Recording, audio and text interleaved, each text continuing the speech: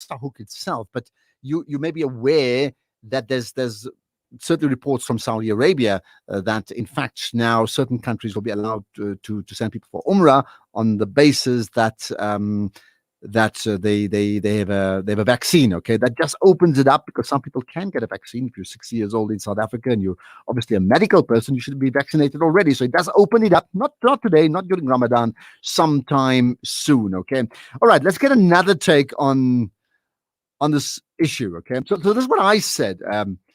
By the tweet that I put out, I said the suspended one has suspended the president of the organization that has suspended him.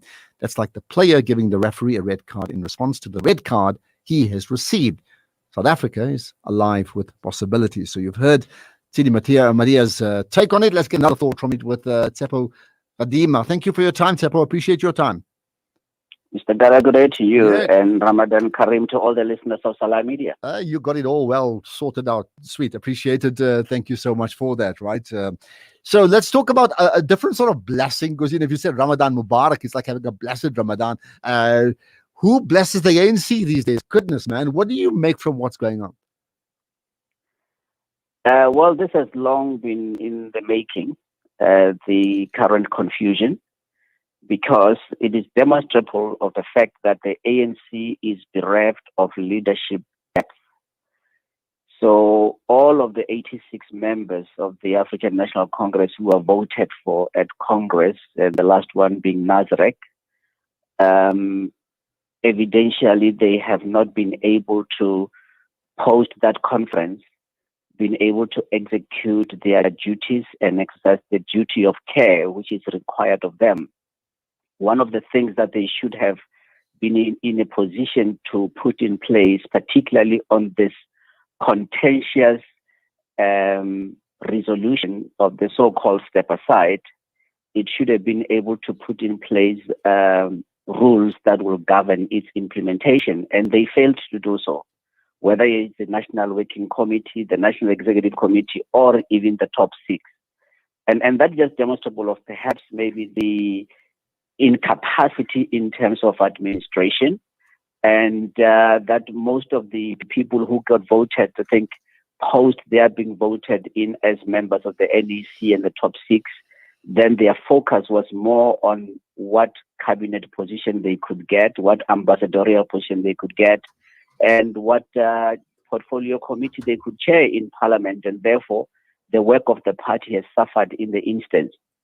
Now, when you're asking, well, the step aside itself, what does it emanate from? It emanates from the ANC's national conference at Nazareth, having made some attempt to make a finding that when their members are being accused or they are reported to have been involved in acts that could harm the reputation of the ANC, therefore there is a damage that the ANC has suffered.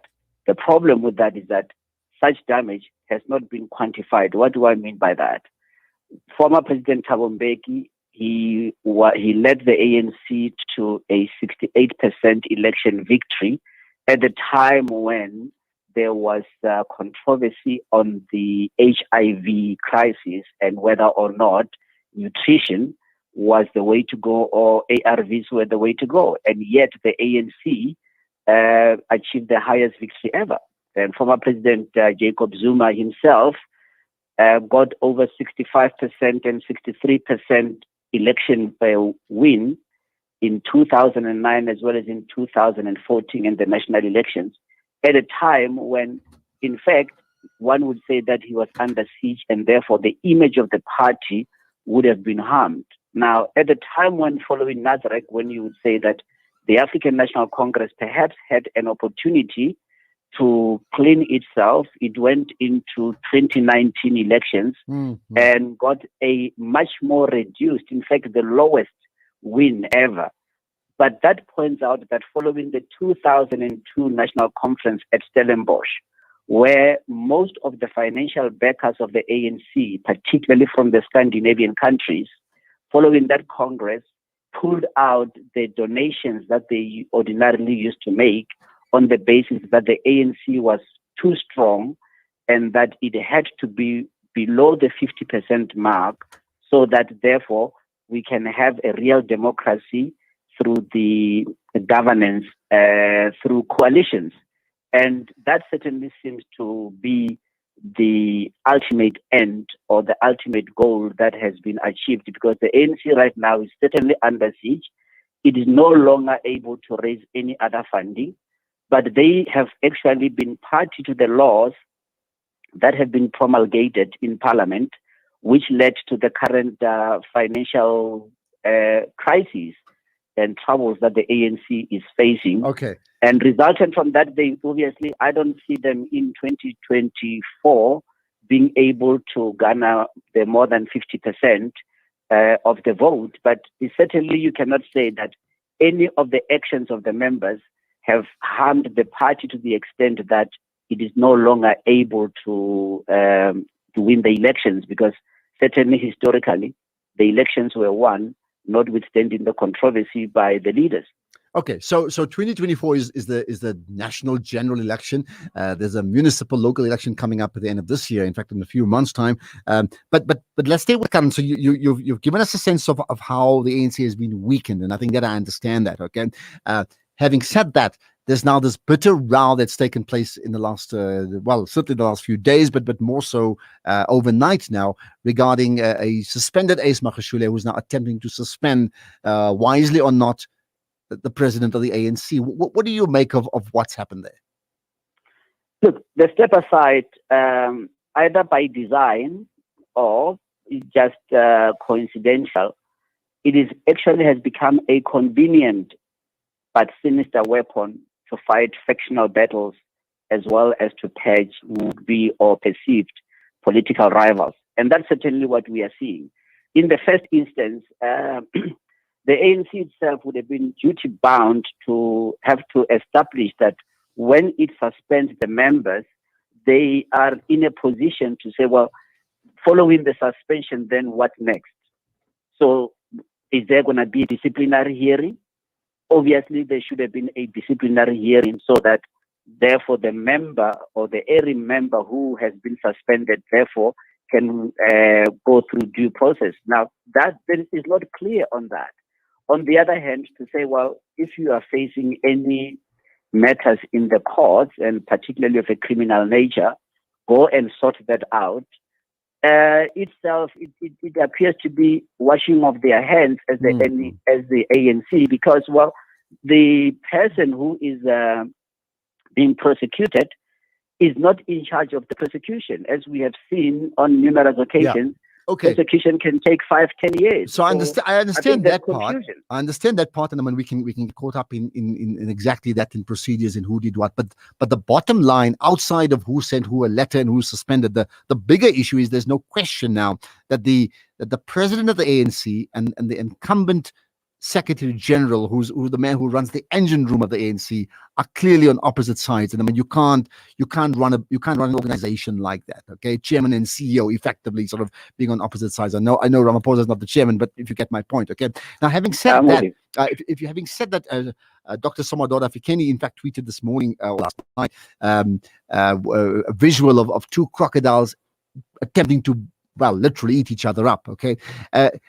So outside of understanding who's right and who's wrong, do you see that happening, that what this will only cause ultimately is an implosion within the ANC, and they're going to both be badly injured, and the ANC themselves will be losers, and somebody else will benefit from it?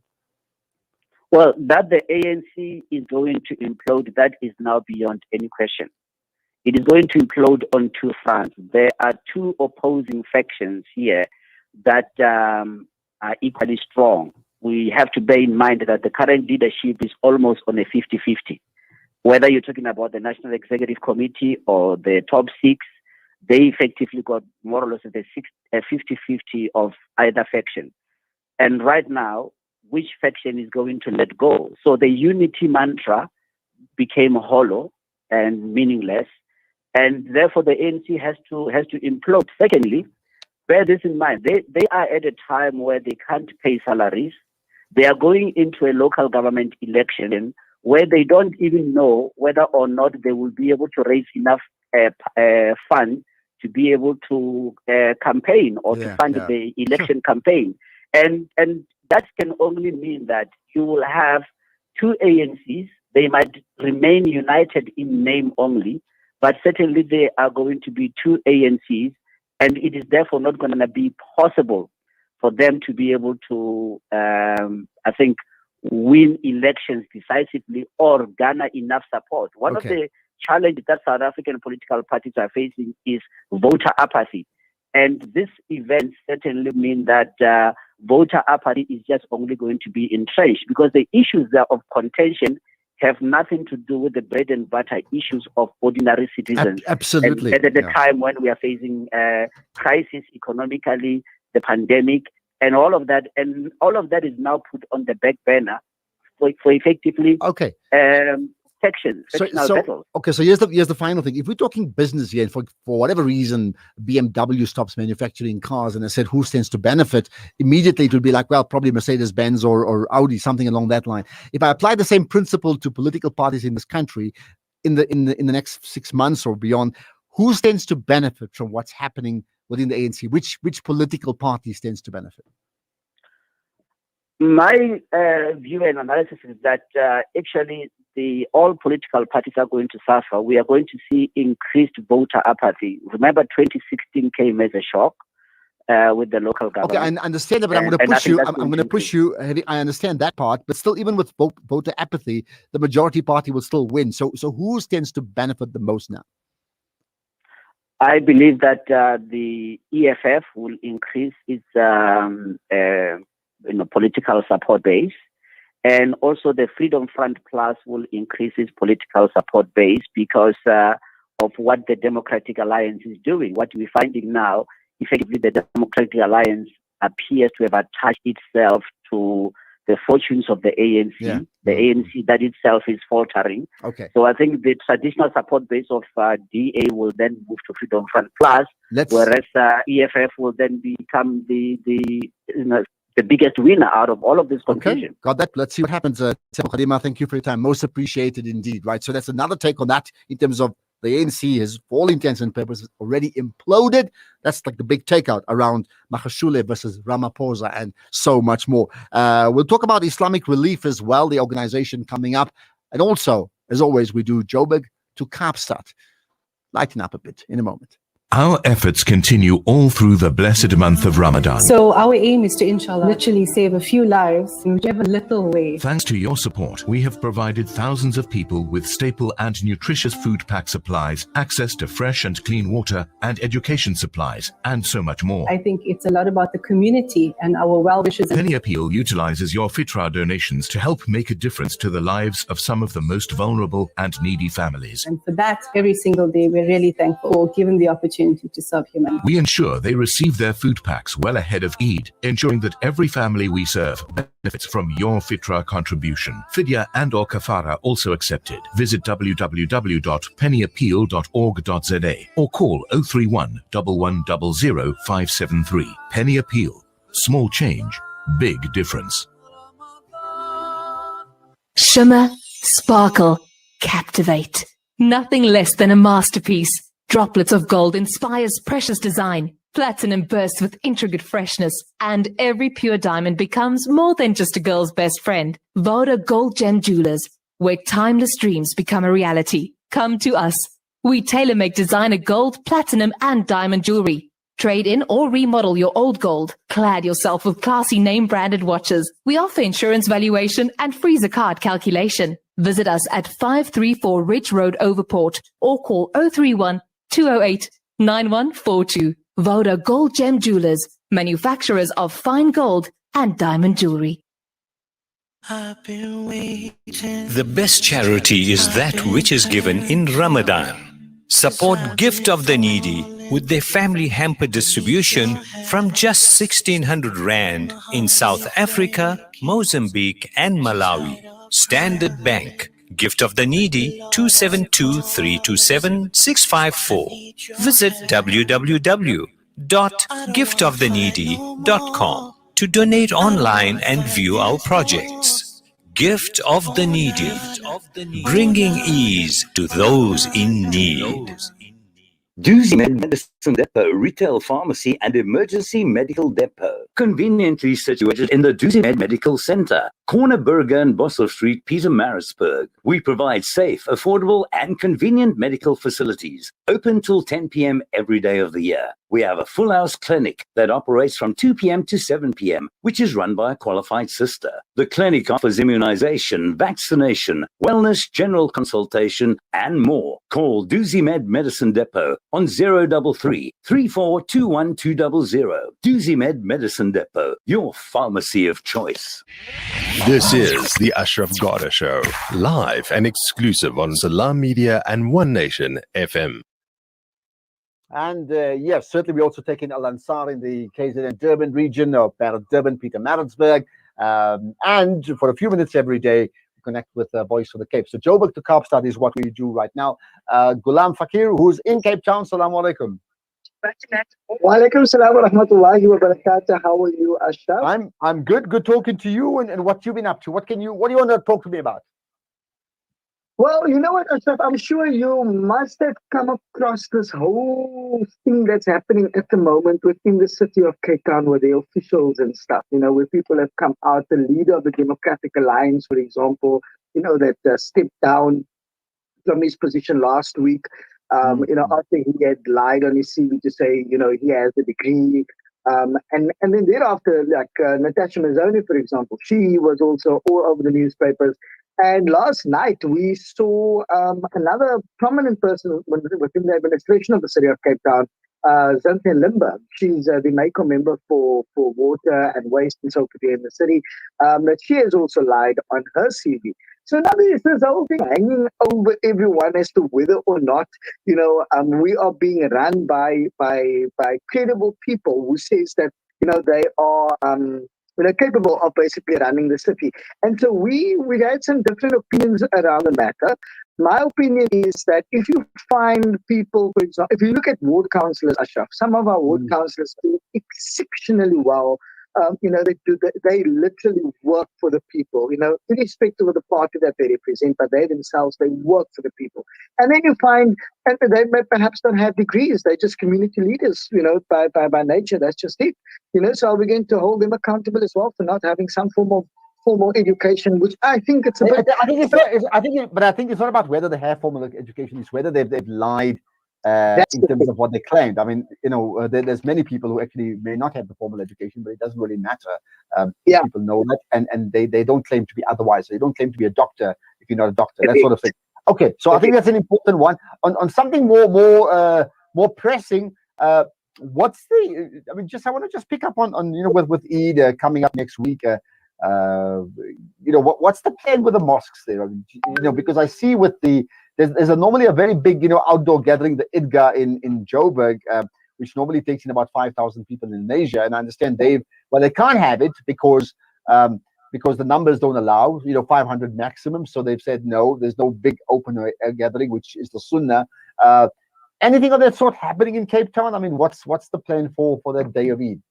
No, I know usually in the past we also used to have it in Cape Town.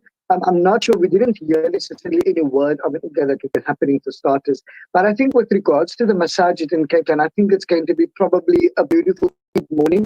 Remember last year we didn't have any of those things, any Eid khutbahs and so forth, and we had to literally listen to it on the radio through some other form. So I think this time around we haven't heard any cancellations or any other options available other than the masajid being available for Eid Salah, and I'm actually looking forward to it. I think there's going to be very strict protocols in place as always, Ashraf, and that is something that is there's all the masajid, as far as I know, it's operating under normal circumstances, following those protocols. Absolutely. So I think we now last thing. I mean, is there anybody in Joburg? Because I want to do this for Cape Townian. Anybody in Joburg that you'd like to send salam to?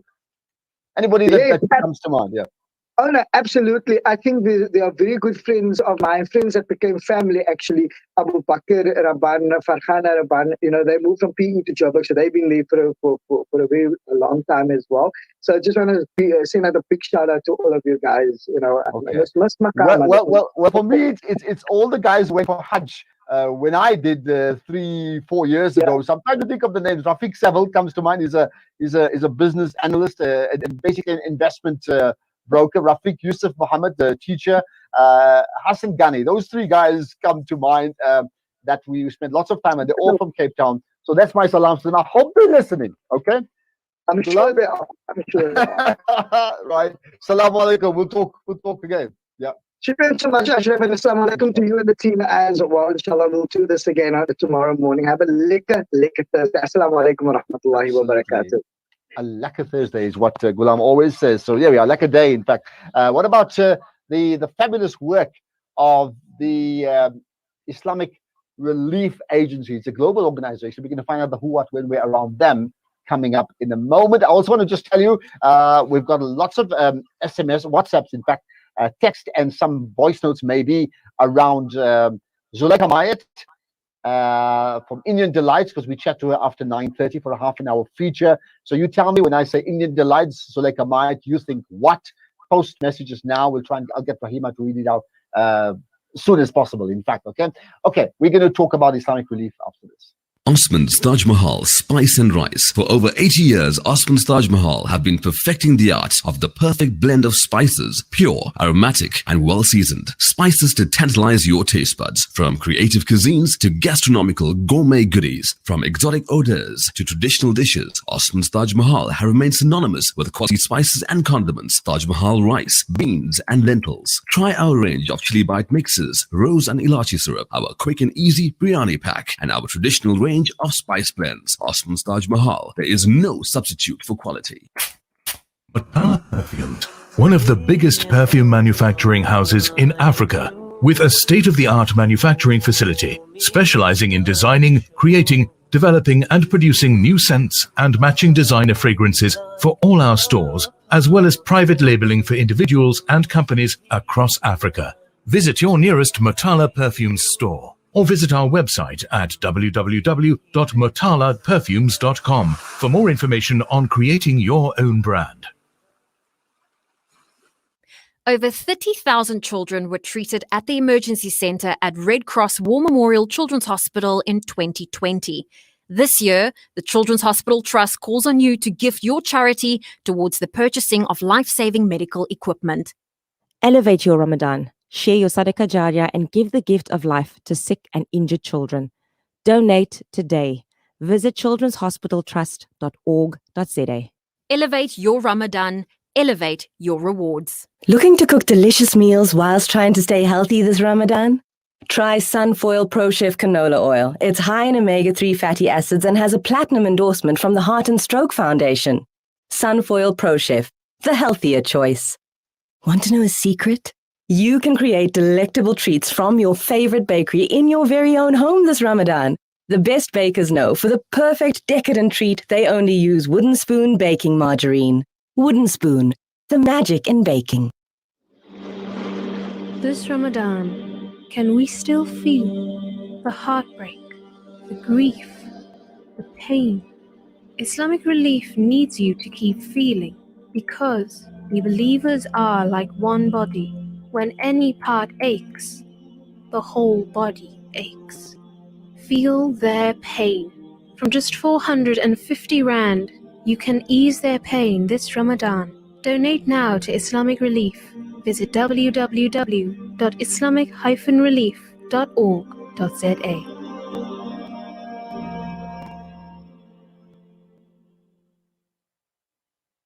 The Ashraf Garda Show, 8 to 10 a.m. on Salam Media. Getting lots of comments around Zuleika Mayat and the Indian Delights, this legendary person. I'll be in conversation with her. What a privilege for me and for you as well. In fact, just by listening, you're also part of that conversation. But certainly add the value to it by WhatsApping now 061 766 0355. Zuleika Mayat, Indian Delights.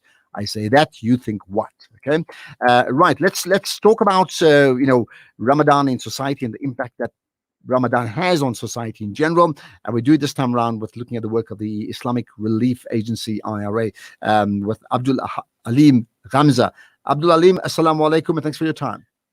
Wa alaikum salam wa rahmatullahi ta'ala wa barakatuh to yourself, Brother Ashraf, as well as the listeners of Salam Media. Shukran for your time, right? So let's talk about your organization. I mean, why does it exist? What does it stand for?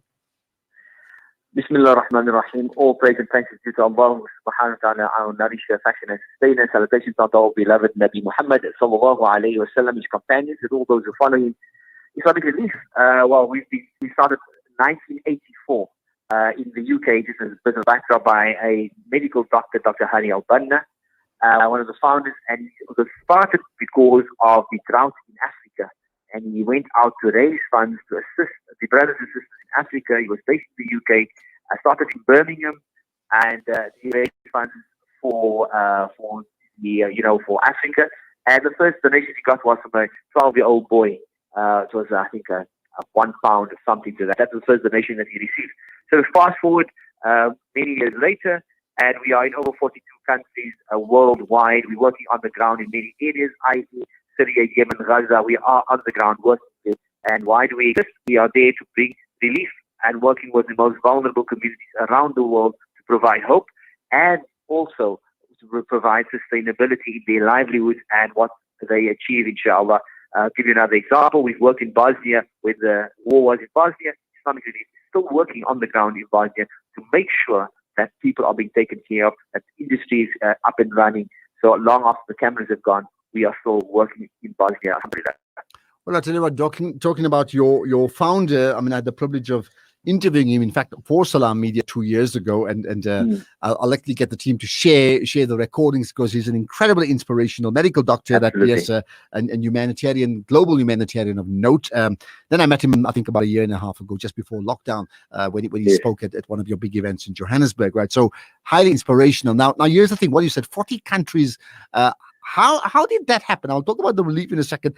How did this organization grow from the UK, from a medical doctor of Egyptian extraction, then to become a formidable relief organization in the world? You must remember that when you look at the outlook, a broad outlook that Dr. Hani and the other founders have had, it is to go where the assistance is required and went across the boundaries, irrespective of race, color, or religion. It was there just to serve humanity. And as things escalated and as things happened, i.e. again, we speak about Bosnia as an example, we went there to assist. As things happened across the globe, we are in Africa, in many countries in Africa, we are in the Far East. So as things have happened, we have gone into those areas to assist. But we also go into areas before there's anything like there's a drought, we go in. We've gone out to assist many, many communities. I think, and then besides that, we've got offices in places like Canada, the USA, in the UK itself, where there's offices, and all that they do is raise funds for the many projects around the globe. So alhamdulillah, through the efforts and of many of our part offices around the globe, we are able to facilitate humanitarian aid to the various much needed countries, i.e. whether it be water, whether it be food, whether it be shelter, what medical assistance, whatever it is, we go in and we assist as far as we possibly can. And one of the great things about Islamic Relief is that we employ the locals of the country. We don't bring in people from outside who doesn't know the culture, doesn't speak the language. We employ the locals unless there is required for specialized expertise. We bring the specialist in to facilitate, and once that time period has lapsed, that person will move back out of the organization that particular country. And we work with the locals. And in working with the locals, I mean, the type of relief. I mean, just give me an example of what sort of relief do you offer when you identify a region that is in need of relief? It will depend, obviously. As when we're looking at drought-stricken areas, that is the kind of relief and assessment to be done to see what we can implement, what sort of water projects we can implement, whether it be a borehole, whether it be a well point, micro dam, whatever it is that we can raise money for. That is what we will implement in those countries. I mean, there's countries that are facing huge starvation, and I mean, I look at places like Yemen as an example, where 2.3 million children are severely malnutrition, and out of that, there's another 400,000 of that is on the brink of losing the battle against malnutrition. So Islamic Relief works on the ground. We see where the needs are, and that's what we facilitate. So when we raise campaigns in the countries that where we raise funds, we look at specifically at what's being done there. In Syria, we'll look at doing a bakery. We'll do it at water tanks. We'll look at medical facilities. We'll look at shelter. What is the basic need for those people to live with some level of dignity? We can give that dignity back to them so that they can live fairly okay lives for now, based on the circumstances of the country. Yeah, I mean, often we talk about talking about real people with real stories. When you say give them that dignity, even if it's temporary, I mean, like how do you define dignity for someone who's got nothing? Like, what is dignity for them? Dignity for them is to be respected. It's to be understood. Dignity for them is to know that somebody cares about them, somebody's listening to them. And those that is what gives you. So when we give, I mean, for example, if you look at taking a food hamper to somebody, is how you display and how you hand it over to that person. That is a respect and dignity that you show to that individual, instead of just dropping it off the back of a truck and people run and forage for the food. And we've seen that happen already. So we treat every single person with the utmost respect, and even in South Africa, the campaigns and the projects that we run in South Africa, we do it with the utmost of respect. Whether we're dealing with our orphans, subhanAllah, I think we've got a magnificent orphans program globally and in South Africa. Again, it is about, you don't want to know that you're the needy person, so that we give you that respect that we give you something. It's not advertised, it's not glamorized or anything like that. That's the kind of dignity that we are speaking about. Yeah. Let's then talk about, I mean, you have some specific focus areas like immediately now in Ramadan. What are they? Which areas, which regions, yeah? Well, I just touched on one area for now, which is Yemen. And, we're speaking about a population of 30 million people, and 80% of those people are in need of humanitarian aid, which is 24 million people. And that is severe. And 40% of the population is on the brink of starvation. So Islamic Relief, we're working on the ground. There are over just about 22 or 23 governorates in Yemen. We are in 17 out of those governorates, which are basically our provinces, where we are working on the ground. We've got 300 staff, 3,000 volunteers to be able to facilitate that, to make sure that it gets to the most needy of communities. But we can't do that without the contributions of our beautiful community here in South Africa, mashallah. That contribute, and we're able to facilitate those particular processes on the other side. The other area focus area, sorry? Yeah, carry on. Yeah, the other focus? The other focus area is Syria.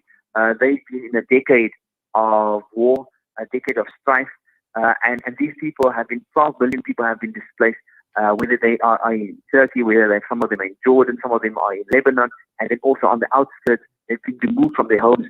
Beautiful homes that were there are no longer. And I always remind myself that 11 years ago, these people, Islamic Relief was there collecting zakat from these people. Yeah. Now these people are receiving zakat. Incredible, yeah. All right. So the call out, tell me what's your call out? I mean, you need funding, right? What's your call out? Right. So tomorrow night, Islamic Relief, we will be having our pledge line on ITV networks at 8:30 p.m. And this will be specifically for Yemen tomorrow evening. We'll go through our various projects that we have running in Yemen. I'm urging the listeners to tune in. Make your pledge, make your mark, even if you stay anonymous, but your donation will act as a motivation to somebody else to make another donation. Inshallah. That will be tomorrow evening, inshallah. And then on Sunday, we have another pledge, and that will be for Syria, inshallah. Again, you tune in at 8:30 p.m. on ITV Network, channel 347 on DSTV, and you can make your pledge and make your contribution. It's a great opportunity. We are in the last 10 days of the month of Ramadan. Let's maximize the time that we have. Tomorrow night, which is Friday night, which is on pledge night, it is the 25th night. It's an odd night in the last 10 nights. A possibility that could be the night of Qadr. 27th night, also a possibility that could be the night of Qadr. So let's maximize with our ibadah that we are doing, with the Quran, our Azkar, and all those things we are doing. Make sure we are giving something in charity on that particular evening as well, inshallah. And reward every single person that is making that intention to contribute to Yemen and to Syria on Friday and Sunday night, inshallah. Okay, and for people who can't wait for Friday night and Saturday, they want to donate like now, direct me to, give me a number or a website address. Bismillah, they can make that contribution. They can go to www.islamic-relief.org.za, and you can go to Ramadan, and you'll be able to go to our Ramadan appeal, and you'll be able to see exactly who's like to contribute the money. The other alternative, give us a call on 0800 111 898, and you can make contact with us at our various offices around Cape Town, Johannesburg, and Durban. And if anybody needs somebody to come to their house, all the restrictions in terms of COVID-19 protocols will be maintained, PPE and all those. So we can come and collect from you, or you come into our offices in those regions as well, inshallah ta'ala. Okay, well, good talking to you. Thank you for your time. Most appreciated. Feel free to check us as well, Salam Media, and as well as myself, Ashraf Gada, Twitter, Instagram, Facebook, whatever it is, so we can amplify that important call out, not just today, but certainly for those 2 pledge lines coming up as well. Shukran. Inshallah. Jazakallah khairan. Assalamu alaikum. Wa alaikum salam. Abdul Alim Hamza from Islamic Relief. I can tell you now, having seen at close quarters what they do, another organization, global one, doing incredibly good work. Before we get to the news, there's so many comments. Let's pick up 1 or 2 of the comments that Rahima's got with us. Rahima, what do you have? Assalamu alaikum, listeners. Thank you, Ashraf. So it seems that the Indian delights, as I said earlier, it's a delight. It's Zuleika Might created a culture. Yeah. And this is definitely confirmed by our listeners today. We've got an auntie saying, thumbs up for this amazing woman. Sister Zuleika's Indian Delight has reached every corner of the world, and no doubt many a housewife has benefited from her delectable dishes. I've had people send me beautiful pictures of their Indian Delights. While we're fasting, I'm listening now, man. Yeah, I'm telling you. And some of these pictures, you can see their books have stood the test of time. They almost look like, they should be in a museum somewhere, which means obviously that they've definitely been used. I've had somebody also say that, I've learned to make puris, chutneys, gulab jambu. I myself have learned a thing or 2. Somebody messaged me, I'm 70 years old. Okay. And I've been using one for generations. Somebody mentioned, her name's Mumtaz Ali. She said her sister Afia got married and her mother bought her this book 27 years ago. That's nearly as old as me, Ashraf. Well, there you are. Right. She talks about how great the versatility of the book. Hold that, because I want to pick up more. And there's many. If there's more voice notes as well, just send them coming, because I want to pick it up. 061 766 0355. Zuleika Mayat, Indian Delights. That's what I say. You say what? Let's get the news now. In several weeks, and Foreign Minister Mohammed Javad Zarif says Iran supports Syria's territorial integrity and sovereignty, stressing the need to respect the Arab country's constitution and legitimate right to hold elections. Good morning, I'm Tabile Duma. The number of daily coronavirus infections in South Africa has breached the 2,000 mark for the first time in several weeks. These take the known caseload since the start of the outbreak to 1,588,000. 46 more people have died after contracting the virus, with the country's death toll now at 54,557. Over 1.5 million people have recuperated so far, which translates to a 95% recovery rate.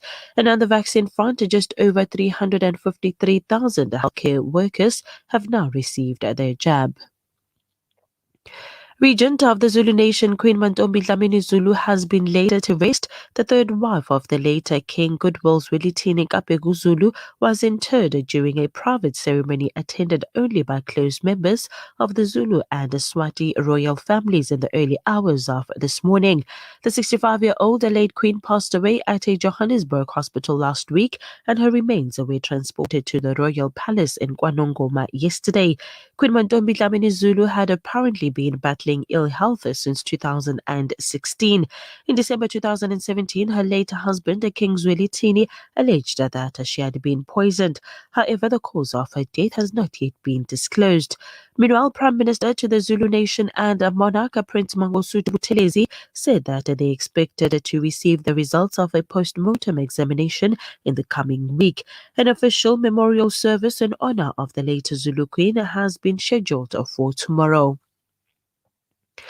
Meanwhile, the South African National Civic Organization in the Free State has vowed to challenge Ace Magashule's suspension from the ANC in court. Magashule has refused to comply with his suspension after being charged with corruption. He has denied the charges and has called the move unconstitutional. Magashule says as head of the ANC, he has suspended party president Cyril Ramaphosa. Magashule's corruption, fraud and money laundering charges are linked to a failed million rand asbestos project from the time when he was a premier of the Free State. Magashule's suspension follows an ANC National Working Committee's call to suspend members who have not voluntarily stepped aside after the expiry of the 30-day notice.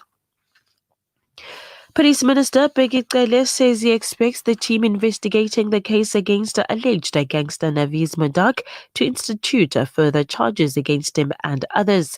Madak had been accused of several high-profile crimes and will appear in the Bishop Lavis Magistrates Court on Monday, along with anti-gang unit police officer Ashley Tabashar on corruption charges. The state is expected to oppose bail. Madak was also charged separately for allegedly being involved in a thwarted hand grenade attack at the house of slain anti-gang unit detective Carl Kinnear. However, at his court appearance on Tuesday, Madak was not charged with the murder of Kinnear. Kinnear was shot dead outside his house in Bishop Lavis on the 18th of September last year.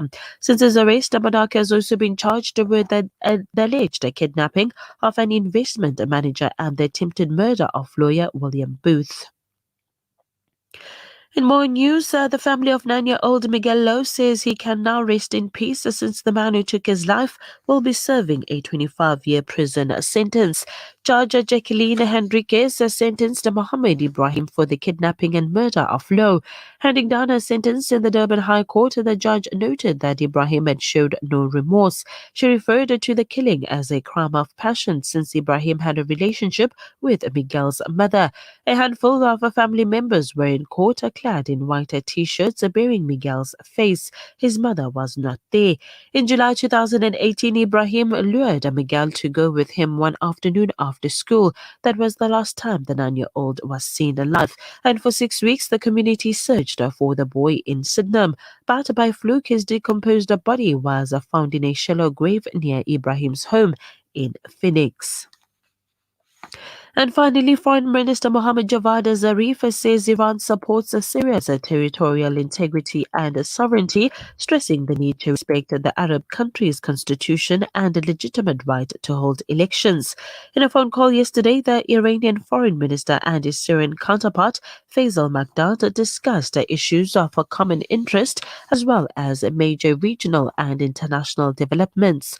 Syria's official news agency said Maqdad briefed Zarif on the preparations made by the Damascus government for the presidential election later this month. Zarif in turn said Iran supports Syria in exercising its constitutional right to hold elections. Syria's presidential election, which will be the second since the start of a decade-long conflict in the country, is scheduled to be held on the 26th of May. Campaigning is set to start on the 11th of May.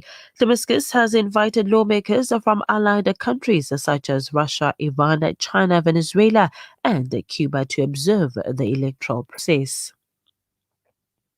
Taking a look at the news in Pietermaritzburg on 105.6 FM. 8 years after well-known Pietermaritzburg Dr. Vish Suram was assassinated, the mastermind behind his murder, Raviji Soni, is finally set to go to jail. Soni yesterday failed in his Supreme Court of Appeal bid to have his conviction for the doctor's murder overturned.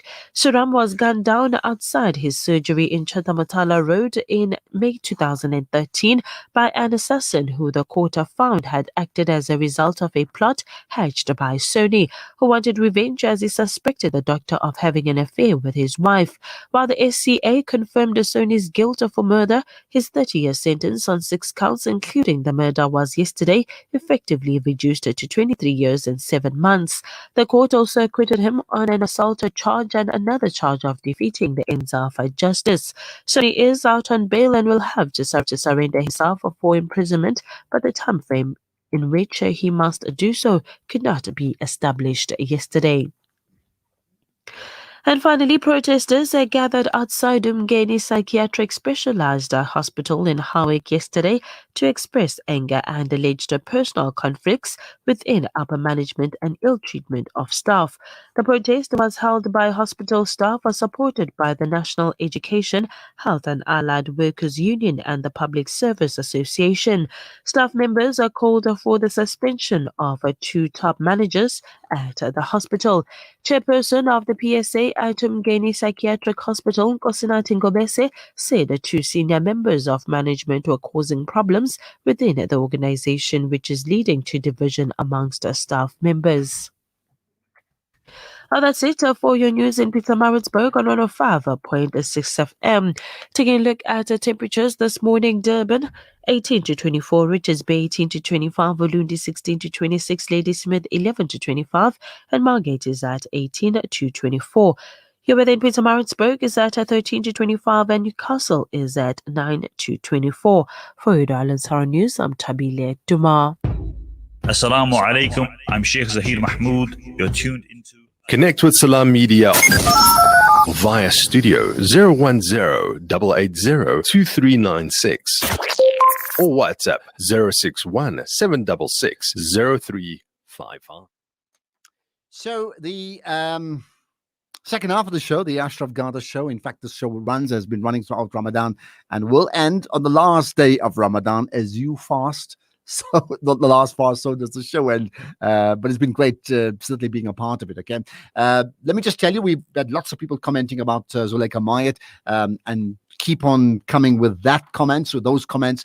And if you can, don't be anonymous. Give your name as well. I'd love to know. And also, like if you're in Joburg, don't say Joburg, say Mayfair, or don't say Durban, say Overport, say Umhlanga, so I know exactly where you are, right? 061 766 0355, because I'm trying to picture where you are listening right now, okay? 061 766 0355. Goodness, maybe you're on the beach. I don't know. I want to know. So voice notes or text around Zuleika Mayat, also around and Ace Makashula, I think, is really important as well, that we'll talk about, okay? Now, let's move on. More to come. We'll certainly talk to Zuleika Mayat, but we're also going to talk about vaccine nationalism and what that means, but a significant decision taken around intellectual property about vaccines that actually has an impact on all of us. That comes up in a moment, right? The show, the Ashraf Garda show, is brought to you by the African Muslims Agency. Provide dignity, safety, and nourishment to millions of needy families in 14 countries across the globe this Ramadan. And you do that by sponsoring the African Muslims Agency. The campaign is called More Than a Meal, hashtag More Than a Meal. Feed a village, camp, and community at just 15,000 rands per day. You can call in to African Muslims Agency. They're waiting for your call now. 011 834 8685. The website, africamuslimsagency.coza. Africa Muslims Agency, inspiring the spirit of giving. Africa. Provide dignity, safety, and nourishment to millions of needy families in 14 countries across the globe this Ramadan by sponsoring towards the Africa Muslims Agency's More Than a Meal campaign. Sponsor a food hamper at 1,100 rands or an iftar suhoor meal box at 100 rands. Call Africa Muslims Agency on 011 834 8685 or donate at africamuslimsagency.co.za. Africa Muslims Agency, inspiring the spirit of giving. Mornings with Ashraf Garda. Connect on Twitter at Ashraf Garda. So every day around this time, we talk finance, courtesy of Randery Jewelers. Here's Nafisa Sayyid. Nafisa, salam alaikum. Walaikum salam wa rahmatullah.